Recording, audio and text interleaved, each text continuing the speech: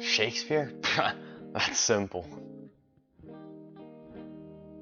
So basically, Shakespeare's Hamlet is about a grad student who returns home to visit his family in Elsinore.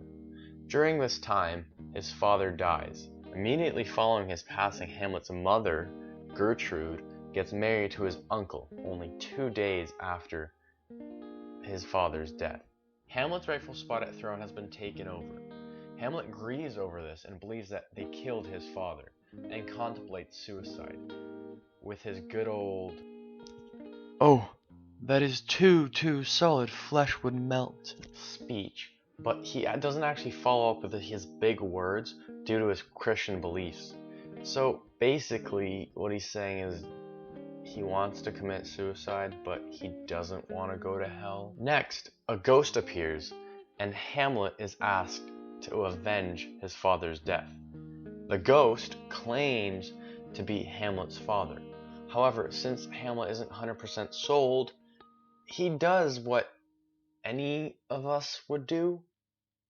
Acts insane. So the ghost tells Hamlet that his murderer, Claudius, killed him while he was asleep by pouring poison in his ear. Hamlet finds out that the theater is in town and pays them to form a play called The Mousetrap, which mimics his father's supposed murder scheme.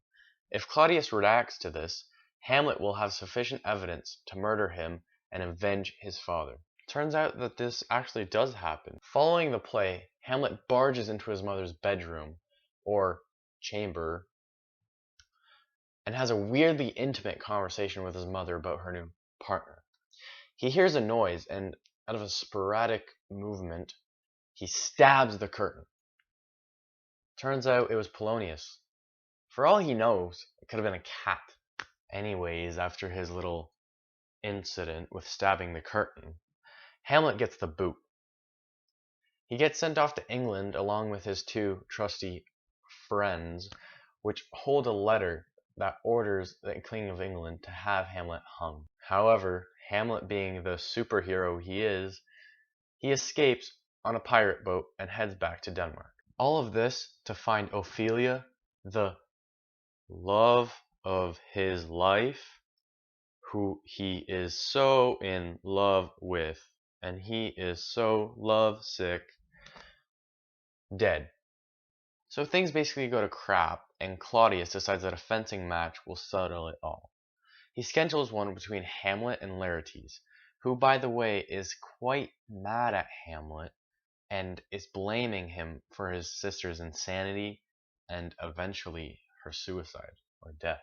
The conniving Claudius poisons Laertes' sword and the wine that Hamlet was supposed to drink.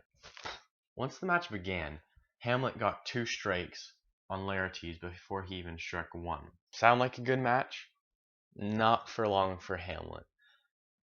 Unfortunately, Hamlet is wounded by Laertes, and both of them manage to drop their swords.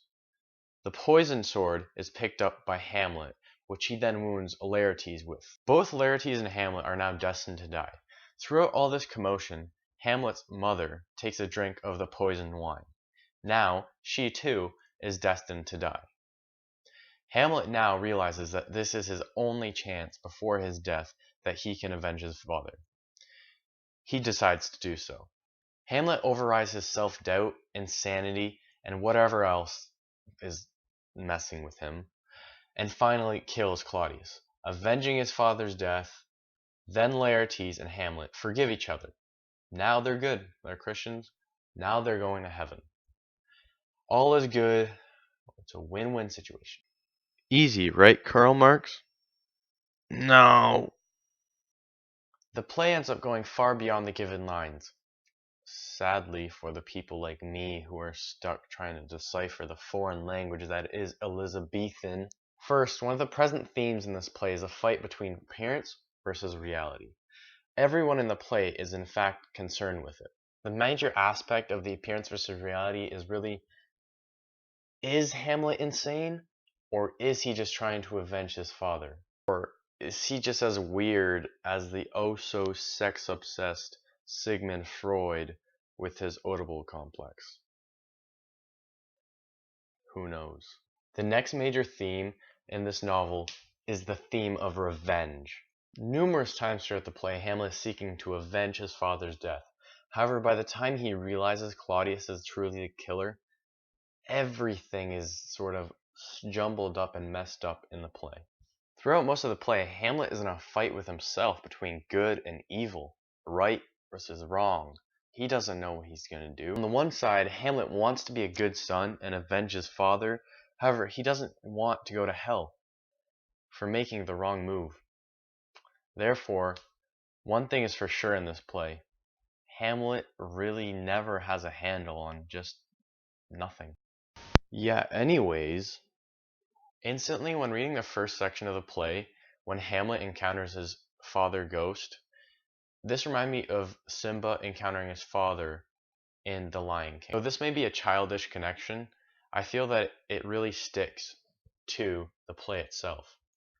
Both Simba and Hamlet are in a state of disaster. They're both lost. Although they're both not in the same predicament, both Simba and Hamlet experience a change in mind after talking to their dead fathers. Both Simba and Hamlet are rebooted to continue on with their journey. But Simba is a cool, somewhat cute lion, whereas Hamlet is a sweaty, psychotic guy wanting to kill Claudius, for he feels some type of way for his mom. But, he could also be a good guy that's wanting to avenge his father's death. Personally, I feel that he really does want to avenge his father's death. He's just not going about it in the proper way. But in all honesty, it is a big decision to make. To kill or not to kill, to be or not to be. It's all big decisions on Hamlet. And this is all basically because I'm not too fond of the thought of an Oedipal complex. That's kind of weird, and Shakespeare, don't put that in a play. Don't. Anyways, I'm sure you're glad to know that I'm done. Thank you.